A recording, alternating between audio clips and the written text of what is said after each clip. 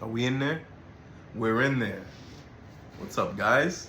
Man, so introduction. How's everyone doing out there? My name is David Carlos, also known as Carlo Cards. This is my first long form video, kind of like an intro.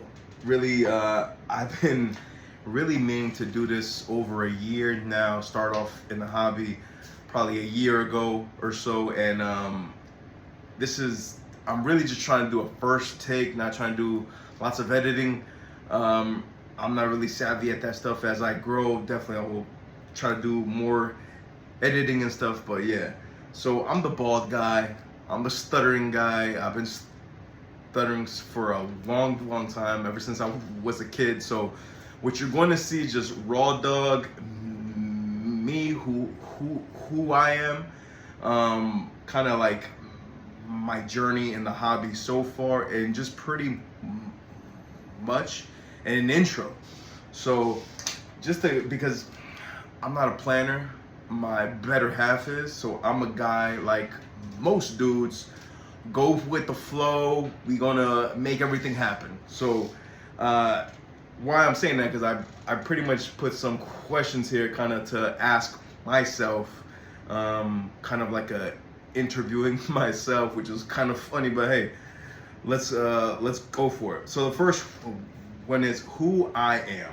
My name is, of course, David Carlos, also known as Carlo Cards. I have just starting a YouTube channel, and sorry about the echo. As I build, I'll definitely be able to afford a microphone, but you gotta build, poco a poco. But yeah, so who I am, my name is David Carlos, Carlo Cards.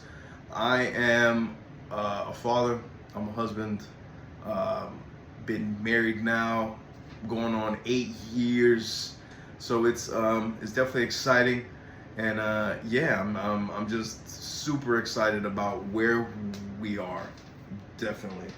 I do live in Florida, Orlando, so any Paulo cards, send them over here. Paulo Franz, Jalen Suggs, Penny is the truth. But why am I here? Man, so I started off on my reselling journey, just in general, right? I wanted to resell shoes, and always wanting shoes growing up.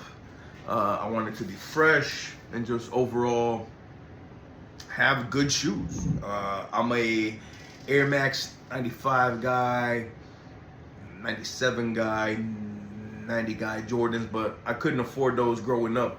So I thought about, well, hey, I can definitely resell some stuff, grab some stuff for my own PC, and just keep it going. I did that for a year. Kind of really didn't do it full-fledged. I bought some shoes, they kind of sat. I posted them on eBay. That was also nerve-wracking too. Just, I think getting started in something, first off, is always hard. Like, it isn't easy, because you're going out your comfort zone. And even this right here, going out your comfort zone, it isn't easy. So yeah, but I started off that, and then probably a little over a year and a half ago, I was like, man, I got that reselling bug. I caught that from my mother. She was the person that was really on the books every night, selling Avon, Mary Kay, gold that she had bought from Colombia, brought it over. Like, she's always been that business savvy type of person, so I always seen that growing up. I'm 40, by the way. I know I don't look it, you know what I mean?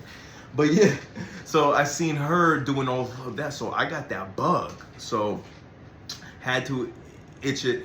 Long story short, long story short, after that year and a half of not really doing much, I think I sold a couple shoes, nothing crazy. I was like, man, like, sports cards.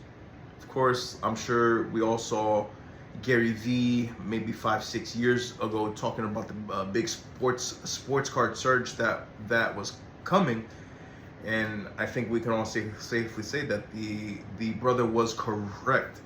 But I used to collect as a kid. I got some binders. In fact, where are they? I don't have them right here. In fact, they're actually over here. Look at that. Look, impromptu. I don't know if you can see that. Binders right there. Soccer cards, basketball cards, mainly basketball cards. So, those have been. I've had those since forever. I started when I was, man, I want to say back when I was in New York, when I was like 8. So I did that, and then transitioning from sneakers to cards. Phone call coming in. Transferring from sneakers to cards, I was like, all right, I can definitely do that.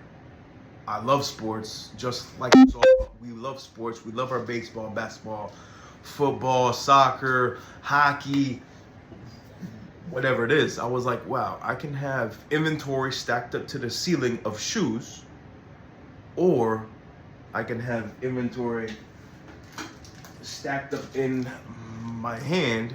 I wish these were worth thousands, but I can have inventory stacked up in my hand worth thousands. But okay, that kind of makes sense.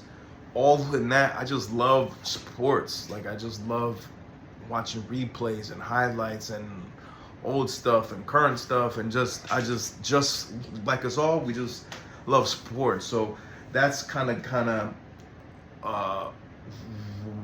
why I'm here. There are collectors and investors, and I personally don't think it's wrong to be just solely a collector or just solely an investor. There is a business part to sports cards that is undeniable. As much as folks may want to bash it or say, you know, people have ruined the hobby, there's a place for everybody. I feel there's a place for the collector, and there's the place for the investor, and the two actually blending in. Me, IPC, Penny Hardaway, Kobe, and my favorite players growing up were Penny, Kobe, and Steve Nash. I still don't have any Steve Nash cards. And IPC, USMNT, USA soccer players, especially Pulisic. So, and it's hard to collect and sell those specific things, because you may buy a dope card and it's your favorite player, and you're like, oh, you're torn about it, but whatever. So that is part of why I am here. Definitely, I could do it from home, could now making content, just starting out, and it's exciting, man. It definitely is. I love sports, so that's why I'm here. What do I think about the hobby? This is the third question on here. What do I think about the hobby? I've only been a year in, but from what I see, I think there's opportunity. There's really cool cards everywhere that you go. There are cards that are really dope, fire, that you can't even comp because they're so rare, or they're just hard to find. So I think the hobby is since I've been in so far, I think the hobby's in a good place. We can probably later talk about maybe eBay and all of that stuff and other marketplaces later, but maybe in a different video. But I think the hobby is in a good spot. I think I found kind of like a groove where I'm starting to understand it a little bit more. So I think it says, yeah, I think the hobby is good. So what do I see in the hobby? What do I see? Kind of linked to that question. What do I see in the hobby? I feel like there's an avenue for everybody. Different sports, of course. You got your hockey, baseball, basketball, football, soccer, even like TCG, even Marvel stuff, Star Wars. There's all types of stuff. So I think there's a lane for everybody. There's a certain niche for everybody. I think that's important because not everyone likes the same thing. As I'm starting to make connections, and they're very small, by the way, still, I'm coming across hockey sports cards vendors, coming across only Marvel guys, coming across, of course, the big boys in football and baseball and basketball and all of that stuff. So I think that the hobby is able to be accessed by everybody.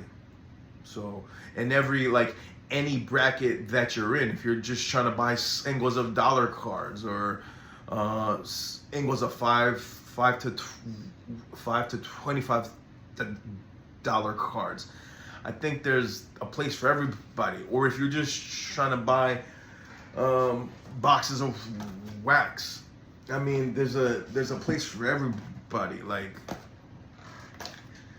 what you like to do, definitely ripping open wax is exciting, super. So yeah, strategies, man. What strategies have I seen in the hobby? What do things work? Or sorry, what certain things work? I'm still figuring that out, if I could be honest. But I'm feeling like I can narrow it down to what I'm trying to do. And I feel that you could do that if you have the proper channels to do that. Of course, no pun intended, a YouTube channel, but like you could sell on IG, on TikTok. I'm not a big TikTok guy, but I do have an IG, Carlo Cards. I do have a YouTube channel, Carlo Cards. eBay, you guessed it, Carlo Cards. So I think there's a lot of room for you to sell your sports cards, for you to liquidate out. Oh, and Facebook Marketplace. I've sold a few things on Facebook. I haven't sold anything on IG, just been primarily eBay, and I just got into whatnot. And I think that's a big changer right there. Like those platforms, I think there's another one called Loop. I haven't visited that, but yeah, there are different strategies and different avenues in the hobby that you could do. There's always vintage. I haven't gotten into vintage. There's always just singles and wax and breakers and all of that stuff. I personally, if you can get wax at a good deal, I personally like to buy wax and resell it. Now you have to get it at a good margin for it to make sense, but at some point these cards have to come out of boxes. And I know certain hobby boxes are very expensive, stupid expensive. But all cards were in a box at one point. It's just getting them out of there. Who is paying for that? Is it you? Or is it through breakers, which you're still buying a spot of a team or a player? Or yeah, I mean there's different ways, but all in all, if you're breaking open boxes, if you're buying boxes yourself, if you're doing a retail route, like this is a retail product, probably comps at around like 90 to $100. So it just depends on what you're working with, and I think if you can afford it, definitely I would buy singles, because at the end of the day, opening up a box, buying a box, like I said, if it's hobby, which is, you know, 2, 3, 4, 5, 6, I mean, I've seen hobby boxes go for thousands of bucks. I think when the 2025 NFL Prism first dropped, I think the hobby box FOTL, which is front of the line, like the ones that are printed first, I think those are going around like 2,700, something crazy. And you may pull something that's maybe $100, if that. It just depends. It's all a gamble. at the end of the day. You're gambling in sports cards. If you're just opening boxes and ripping boxes hoping to turn a profit, you could get lucky for sure, but more oftentimes you don't. So coffee, yep. So oftentimes you don't, and it can suck if you're trying to really build something that's lasting just by buying boxes, ripping them open, and you maybe spent $250 on a box, and you only netted, after you resell that, maybe $50, if that, $80, $100. It just depends on the card, but definitely what I have seen is, for me, buying singles. If I'm trying to resell, I definitely have to buy a ton of singles and buy them at a good price if you're trying to resell. Now, if you're just trying to collect, definitely buy what you would like, what you can afford, and go at it at that route. Let me see what else. What do I like in the hobby? It says, what do I like in the hobby? It's kind of, well, this next question is kind of similar to the other stuff, but what do I like in the hobby? I can tell you what I'm doing, and it's starting to bear some fruit. So I first started off doing eBay, right? I would buy singles, try to go to my LCS, local card shop, and buy some stuff, flip it. That worked for a little bit, because I always said, I need to learn this hobby. I need to learn what sports cards is. Knowing it as a kid when you're 8 to 10, and now when you're an adult or becoming an adult, it's a little different, because there is such a business aspect to it, and there's nothing wrong for me having a business side to it, especially because there's business side to anything. There's business side to sports in general. Players play ball and they get paid for it. But yeah, so I started off going to my LCS and buying singles and trying to reflip them and being scared about that process. Everything that I've gone through in the hobby, I've been worried about it, scared about it, not knowing how to really do it. So I was like, I gotta learn this hobby. And you can't, if you're trying to build a business or you're trying to build something, you gotta learn for cheap. And I think a good way to do that is singles and dollar bins and stuff like that. So at every card show, I've been to, I think, 2 card shows ever, been to a few sports card shops. Whichever shop, whatever show that you have, they have dollar boxes, dollar singles. People throw them in there because they have so much inventory that, hey, it's just dollar, take it, cool. But I think that is where you can really learn on the cheap, learn the hobby on the cheap, and that's kind of what I did. And that's a strategy. That's a strategy that has worked for me so far, and I've seen others. And I think for me, still till this day, I'm always learning. So buying them on the cheap and reselling them. So I was doing that on eBay. Sorry if I'm kind of rambling, so thoughts are being circling around this bald head. Reflipping or reselling, all of that stuff. It's a good teacher. Then I came across this guy called Eric. Michael, shout out. There's no paid promotion, but Eric, Michael, I think he sells a course, right? I signed up for the course. I didn't go through, but yeah, a guy had called, back, one of his coaches, and was like, to really turn and burn, you really have to have like a couple thousand to really invest. So his thing was buying raw, this is our raw card. just a random Randy Jackson. I don't know if you can say it. Random Randy Jackson, right? Buying a raw card and grading it. I don't know if you know what graders are. Of course, the biggest grader being PSA, Beckett, SGC, CGC. There's like Arena Club. There's a few others out there. Let me see if I have anything graded. I do have something graded, but let me see. I got something graded. I'm actually having a show. What time is it? Probably soon. I should hop off soon, but these are graded cards. SGC, PSA.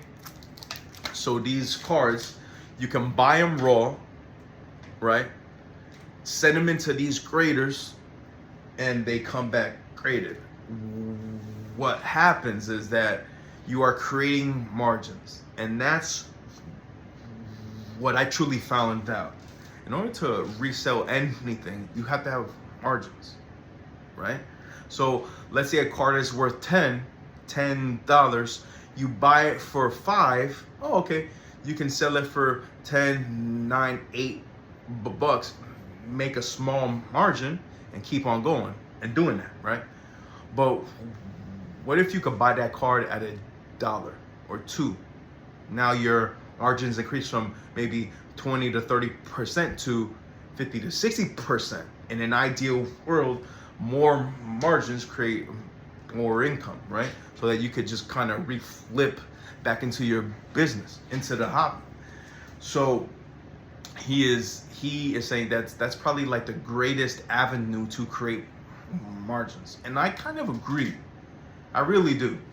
I had bought a few cards. In fact, I'm gonna post a video about them because I sent them in the PSA. They are already been sold, but I was scared to post that video too. But I bought some cards. Actually, I bought a graded card for like 20 bucks. I traded it in for 4 cards at $5 each card, right? So 4 cards at $5, right? Those cards are so good. Corners, edges, centering, surface, all of that. And I sent those in to be graded. Out of those 4, 3 of them came back a PSA 10. Now those cards cost me $5, but now grading that card PSA 10, now those cards jumped up to like 70, 60. Not a big old lot, PSA 10 of that card, 60, 70 bucks, but I'm into it for $5. Well, actually $5 plus the grading fee, 25 bucks. So he is saying, if you can be into a card for however much it is, plus the grading fees, and the PSA 10 is double the amount, triple the amount, well then that's a good investment. Because now a PSA 10 can go, let's say you're into a car for 25 bucks, and the PSA 10 is now 60, 70, it is worth kind of doing if you're still in that bracket of cash that you're trying to reflip. So, yeah, that was his whole thing, and I really enjoy that too.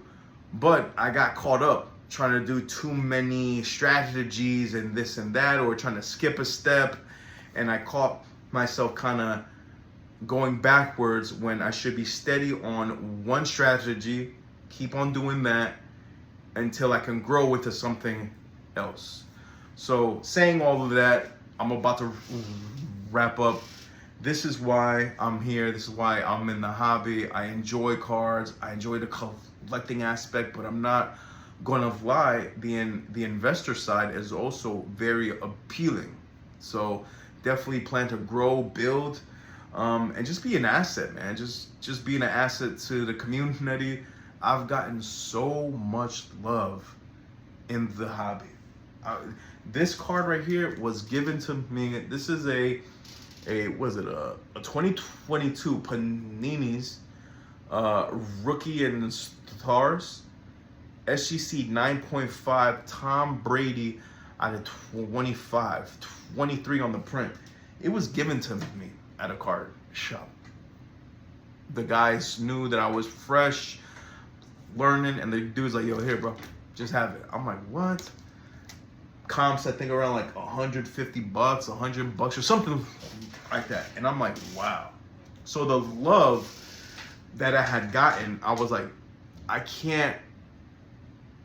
I'll be overjoyed when I'm in a position where I could do that, where I can give out cards, or I can just give them to kids and have them just keep on going. And that's most importantly what I am about life. I want to give, I want to earn, definitely. I'm trying to earn, but then so I could give even higher, even more. And that's what me and my wife and my family, we're all about. So thank God, most importantly, my Lord and Savior Jesus Christ has given me everything, and I plan to pay it back in full. So who I am, why I'm here, what I think about the hobby, how do I see the hobby, strategies, what do I personally like to do in the hobby, all of that covered. Plan to do more videos. If you found this video helpful, please like, subscribe, share it. All right, guys. Peace. Carlo Cards out, guys. Later.